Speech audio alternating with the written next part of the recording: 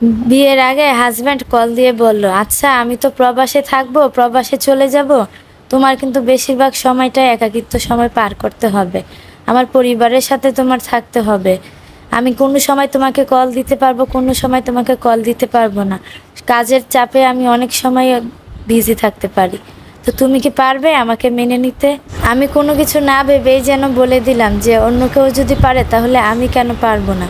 তো আমি বলে দিলাম যে হ্যাঁ পারবো। বিয়ের যখন 2-3 মাস পার হয়ে গেল, স্বামীরও প্রবাসে যাওয়ার জন্য সময় ঘনিয়ে আসলো। তো সে বিদেশ চলে যাবে, টিকিট কনফার্মও হয়ে গেল। তাকে যখন ছাড়তে গেলাম তখন মনে হলো যে আমার জীবন থেকে যেন, আমার দেহ থেকে যেন কি যেন একটা নাই হয়ে যাচ্ছে। তখন বুঝতে পারি যে একটা মানুষের অভাব, ভালোবাসার অভাব যে কতটা হতে পারে। বাসায় যখন তাকে ছেড়ে আসি, বাসায় রুমে ঢুকেই যেন তার একটা শূন্যতা অনুভব করতে পারছি। সে রুমে হাঁটছিল, খাচ্ছিল, ঘোরাফেরা করছিল, সবই যেন এখন নিঃস্ব হয়ে গেল। কোথায় যেন কি অভাব হচ্ছে কোনোই বুঝতে পারছি না, মনকেও মানাতে পারছি না। এই বুঝি প্রবাস, এই বুঝি কষ্ট।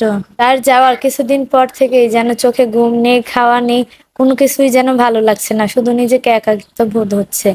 কাজেও মন দিতে পারছি না। এটা যারা প্রবাসে থাকে তারাই বলতে পারবে এটা।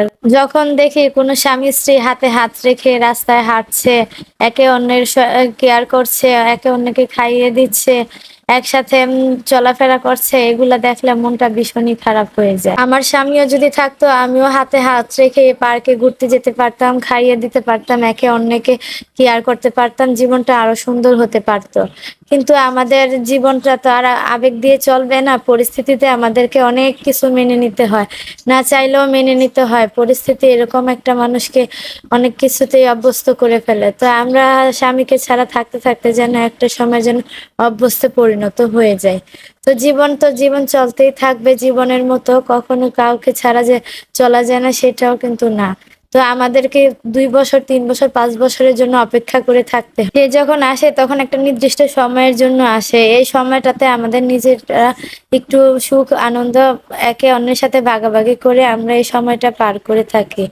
তো আসলে তখন স্বামীর কথা বুঝতে না পেরে স্বামীকে বলেছিলাম যে তুমি বিদেশ থেকো, কিন্তু এখন পরিস্থিতিতে এখন বুঝতে পারি যে স্বামীকে ছাড়া জীবন পার করাটা যে কত কষ্টের, কত বেদনার। তো এই যাওয়ার মুহূর্তটা যে আরো কত কষ্টের হয়, যারা যায় তারা বলতে পারে যে কতটা কষ্টের হয়। মানুষ মরে গেলে 2-4 দিন কান্নাকাটি করে কে শেষ করে ফেলি, তার আর আসার কোনো আশা থাকে না। আর যারা প্রবাসে যায় তাদেরকে এই অবস্থায় ছেড়ে দিচ্ছি, তারা আবারও আল্লাহ বাঁচায় রাখলে, সুস্থ রাখলে তো তাদেরকে আবার ফিরে পাবো। কতদিন পরে পাবো তারও কোনো ঠিক ঠিকানা নেই। প্রবাসে যাচ্ছে কাজ করার জন্য, অন্যের কাজ করে, তাদেরকে আবার কিভাবে পাই সেই টেনশনেই যেন আমাদের মনটা যেন ভেঙে চুরে আরো চুরমার হয়ে যায়। কত যে বেসাদ, কত যে কষ্টের মনে হয়।